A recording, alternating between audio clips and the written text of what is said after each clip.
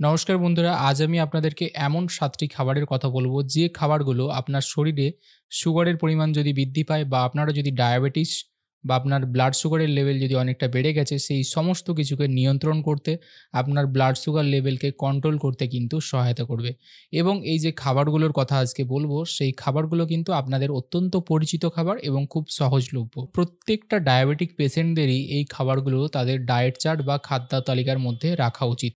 আপনি যদি pre diabetic হন অথবা যদি ডায়াবেটিস আপনার ফুললি হয়ে গেছে, তাহলে কিন্তু আপনি যতই ওষুধ খান বা ডায়েট এক্সারসাইজ করুন না কেন, আপনি যদি আপনার খাদ্যাভ্যাস, খাদ্য তালিকা, ডায়েট ঠিকঠাক না করেন, তাহলে কিন্তু আপনার সুগারকে কন্ট্রোলে ঠিকঠাক রাখতে পারবেন না। অর্থাৎ আপনার খাদ্য তালিকা বা আপনার ডায়েট কিন্তু এক্ষেত্রে অত্যন্ত গুরুত্বপূর্ণ। তাহলে চলুন বন্ধুরা, সেই ৭টি খাবার জেনে নিই, যেগুলো আপনাদের ডায়াবেটিস বা সুগারকে কন্ট্রোল করতে সহায়তা করবে। প্রথম যে খাবারের কথা বলবো সেটা হলো করলা।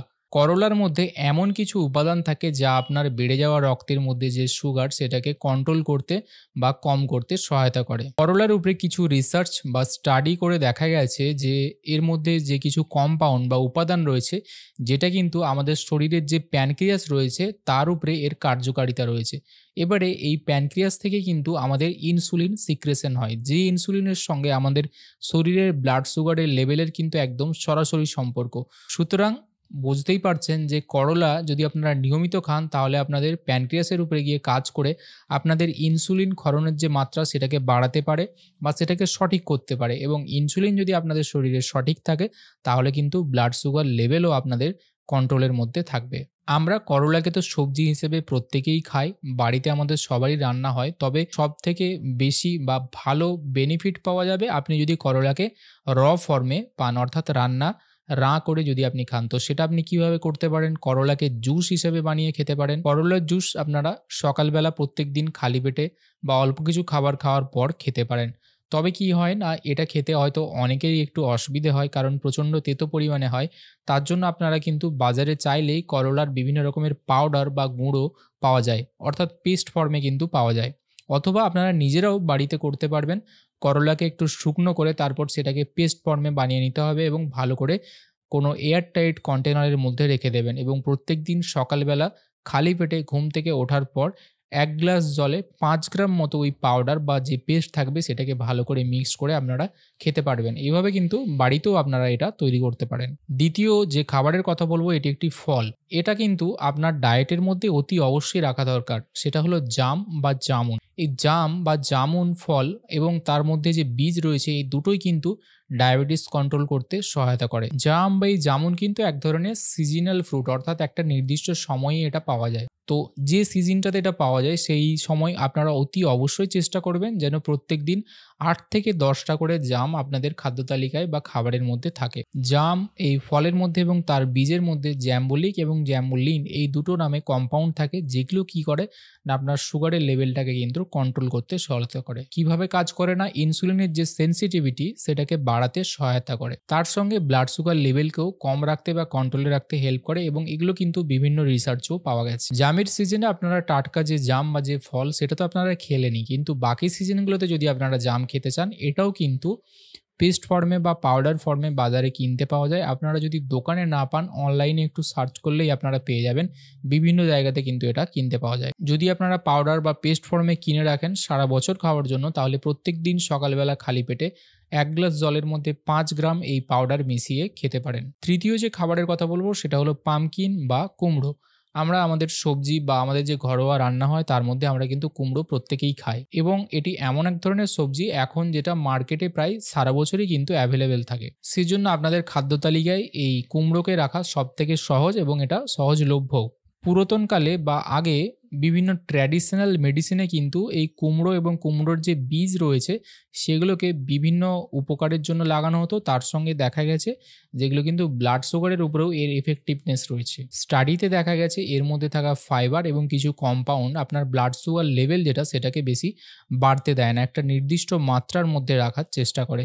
সুতরাং এটাও আপনারা সবজি হিসেবে মাঝে মধ্যে সপ্তাহে ২ দিন, ৩ দিন, ১ দিন এরকম করে কিন্তু রাখতে পারেন। চতুর্থ যে সবজির কথা বলব বা খাবারের কথা বলব সেটাও আপনাদের অত্যন্ত পরিচিত, সেটা হলো ঢেঁড়স বা একে আমরা অনেক জায়গাতে ভেন্ডিও বলে থাকি এবং এটাও কিন্তু বেশ ভালোভাবে আপনার শরীরে ব্লাড সুগারকে কন্ট্রোল করবে। তার সঙ্গে এছাড়াও শরীরের বিভিন্ন রকম উপকারও কিন্তু এটা কাজ করে। তাই আপনারা আপনাদের খাদ্য তালিকায় সপ্তাহে ২ থেকে ৩ দিন অবশ্যই ঢেঁড়সকে রাখার চেষ্টা করবেন। পঞ্চম যে ফলের কথা বলব সেটা হলো আপেল। আপেল কিন্তু ডায়াবেটিস পেশেন্টদের জন্য যদি সবথেকে গুরুত্বপূর্ণ ফল বলা হয় সেটা হলো আপেল এবং আপেলের ক্ষেত্রে বলা হয় যে একটা কথা চালু রয়েছে যে যদি আপনি প্রত্যেকদিন আপেল খান তাহলে আপনাকে ডাক্তারের কাছে বেশি যেতে হবে না। সুতরাং আপেলের মধ্যে কিন্তু প্রচুর পরিমাণে ভিটামিন রয়েছে, অ্যান্টিঅক্সিডেন্ট রয়েছে, মিনারেল রয়েছে যা আপনার ওভারঅল হেলথকে কিন্তু অত্যন্ত ভালো রাখতে সাহায্য করে। আপেলের খোসার মধ্যে এমন কিছু কম্পাউন্ড রয়েছে যেগুলো আপনার ব্লাড সুগার লেভেলকে কিন্তু বাড়তে দেয় না। তাই আপনার প্রত্যেকদিন একটা করে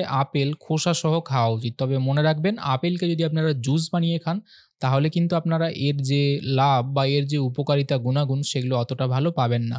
তাই চেষ্টা করবেন আপেল গোটা খাওয়ার এবং ছালসহ খাওয়ার। আপেল যদি আপনারা প্রত্যেকদিন খেতে চান বিকেলের দিক করে বা ভাত-টাত খাওয়ার পরে দুপুরবেলা তার ২-৩ ঘন্টা পরে আপনারা আপেল খাওয়া সবথেকে ভালো। এছাড়াও আপনারা সকালবেলাও কিন্তু আপেল খেতে পারেন, অসুবিধে নেই। ৬ নম্বর যে খাবারের কথা বলব সেটা হলো চিয়া সিড।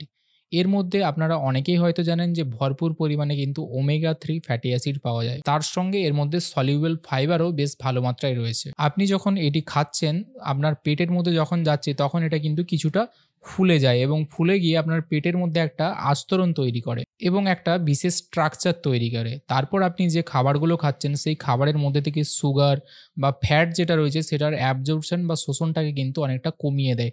যার ফলে কি হয় না সুগার বা ফ্যাট এগুলো কিন্তু আপনার শরীরে বা ব্লাডে বেশি মাত্রায় কিন্তু যেতে পারে না। যার জন্য চিয়া সিড কিন্তু আপনার ওজন কমাতে, ব্লাড সুগার কন্ট্রোল করতে এই দুটো ক্ষেত্রেই অত্যন্ত কার্যকর ভূমিকা পালন করে। চিয়া সিড আপনারা কিভাবে খাবেন? ১ কাপ জলে ১ চামচ চিয়া সিডের বীজ নেবেন, সেটাকে ভালো করে ২০ থেকে ২৫ মিনিট বা আধ ঘন্টা ভিজিয়ে রাখবেন। তারপর সেই কাপের জলটা সম্পূর্ণ আপনাদেরকে খেতে হবে। প্রত্যেকদিন আপনারা এইরকমভাবে ১ কাপ জল চিয়া সিড মিশিয়ে খেতে পারেন। সর্বশেষ এবং ৭ নম্বর যে খাবারের কথা বলব সেটা হলো আপনাদের অত্যন্ত পরিচিত ওটস। ওটসের মধ্যেও কিন্তু প্রচুর গুণাগুণ রয়েছে। ওটসকে এই জন্য কিন্তু সুপার ফুড বলা হয়ে থাকে। শুধু যে ব্লাড সুগারকে কন্ট্রোল বা একে কমাতে সাহায্য করে তা না, শরীরের কিন্তু আরও বিভিন্ন রকমের উপকার করে থাকে ওটস। ওটসের মধ্যেও সলিউবল ফাইবার থাকে যা আমাদের অন্ত্রের মধ্যে বা পেটের মধ্যে গিয়ে কি করে না এক ধরনের স্ট্রাকচার তৈরি করে এবং যেটা কি হয় না আমাদের যে সুগার রয়েছে সেটাকে কিন্তু শরীরে বেশি শোষণ হতে দেয় না বা বেশি অ্যাবজর্ব করতে দেয় না। যার ফলে কি হয় না আপনার সুগারের মাত্রা কিন্তু কন্ট্রোল থাকে। তাই আপনার খাদ্য তালিকার মধ্যে ওটসকে কিন্তু রাখতে পারেন। তবে মনে রাখবেন এক্ষেত্রে কিন্তু যে ওটস আপনাকে খেতে হবে সেটা র ফর্মের যে ওটস অর্থাৎ বাজারে কিন্তু মসলা ওটস বা বিভিন্ন স্বাদের বিভিন্ন রকমের ওটস ভ্যারাইটির পাওয়া যায়। সেগুলো ব্যবহার করলে কিন্তু ততটা আপনি বেনিফিট পাবেন না। যে ওটসের মধ্যে কোনো কিছু মেশানো নেই যেটা র ফর্মে রয়েছে একদম সেই ওটসটা যদি আপনারা ইউজ করেন তাহলে সেটা সবথেকে ভালো হয়। সুতরাং বন্ধুরা আপনারা যারা ডায়াবেটিসের সমস্যায় ভুগছেন বা আপনারা যারা ডায়াবেটিসের সমস্যায় ভুগছেন না অথবা প্রি ডায়াবেটিক স্টেজে রয়েছেন তারা এই যে ৭ টা খাবারের কথা বললাম এই ৭ টা খাবারকে আপনাদের খাদ্য তালিকার মধ্যে অবশ্যই রাখার চেষ্টা করুন। আপনাদেরকে প্রত্যেকটা খাবারই যে ডেইলি খেতে হবে তা না। মাঝে মধ্যে ঘুরিয়ে ফিরিয়ে প্রত্যেকটা খাবারকে সপ্তাহে ১ দিন, ২ দিন, ৩ দিন করে আপনারা কিন্তু এইভাবে চালাতে পারেন। পরিশেষে একটা কথা আপনাদেরকে জানাতে চাই যে যারা ডায়াবেটিসের সমস্যায় ভুগছেন তাদের কিন্তু ৩ টে জিনিস সবথেকে গুরুত্বপূর্ণ। প্রথমত হচ্ছে মেডিসিন, দ্বিতীয়ত হচ্ছে এক্সারসাইজ বা কাজকর্ম করা, হাঁটা, জগিং করা এবং তৃতীয়ত হচ্ছে আপনার খাদ্যাভ্যাস বা আপনার ডায়েটটা কীরকম রয়েছে। সুতরাং আপনারা এটা মাথায় রাখবেন যে শুধু এই খাবারগুলো খেলেই কিন্তু আপনার ডায়াবেটিস বা সুগার যে একদম কন্ট্রোলে চলে আসবে ওষুধ ছাড়াই তা না। আপনি ওষুধ খাচ্ছেন বা এক্সারসাইজ করছেন তার সঙ্গে এগুলো যদি আপনি নেন তাহলে আপনার ডায়াবেটিসের যে বা সুগার বেড়ে যাওয়ার ব্যাপার সেটা আরও ভালোভাবে আপনার কন্ট্রোলের মধ্যে থাকবে এবং আপনি আরও ভালো থাকবেন বা আরও সুস্থ থাকবেন। আশা করি আজকের ভিডিওটা আপনাদের জন্য ভালো লেগে থাকবে এবং উপকারে আসবে। ভিডিওটি যদি ভালো লেগে থাকে এবং উপকারে আসে তাহলে অবশ্যই লাইক করবেন, কমেন্ট করবেন এবং শেয়ার করবেন আপনাদের বন্ধু-বান্ধবদের সঙ্গে। এবং আমার চ্যানেলটি যদি এখনও সাবস্ক্রাইব না করে থাকেন তাহলে চ্যানেলটি অবশ্যই সাবস্ক্রাইব করে বেল আইকনটা প্রেস করে দেবেন যাতে করে পরবর্তীকালে এরকম ভিডিও আপলোড হওয়ার সঙ্গে সঙ্গে আপনারা নোটিফিকেশন পেয়ে যান। আজকে এই পর্যন্ত হলো বন্ধুরা, দেখা হবে পরে আবার এরকম একটি ভিডিওতে। ততদিন ভালো থাকবেন, সুস্থ থাকবেন। ধন্যবাদ।